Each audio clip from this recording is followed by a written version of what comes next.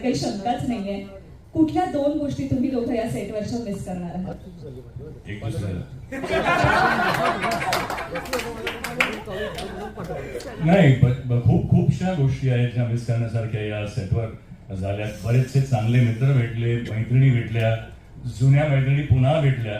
So it's been a wonderful journey through घरात गणपतीचा shoot. आणि एकूणच ज्या पद्धतीने नवज्योतनी हा चित्रपट मांडला आहे त्याचा हा ट्रेलर सुद्धा आम्ही सुद्धा पहिल्यांदाच पाहिला. मी पाहिला नव्हता आधी सुद्धा, सगळ्यांनीच पाहिला. आणि खरंच ग्रिपिंग आहे, फॅमिली स्टोरी आहे. बऱ्याच वर्षानंतर एक मला वाटतं सगळ्या कुटुंबाला घेऊन जाणारा चित्रपट आहे.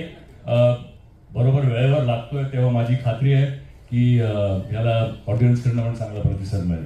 नक्कीच. अश्विनी मॅम, तुम्ही काय मिस करणार आहात? मला असं वाटतं की कलाकारांबरोबरचं जे बँटर असतं इन बिटवीन द शॉट्स म्हणा किंवा एक जी फ्रेंडली असते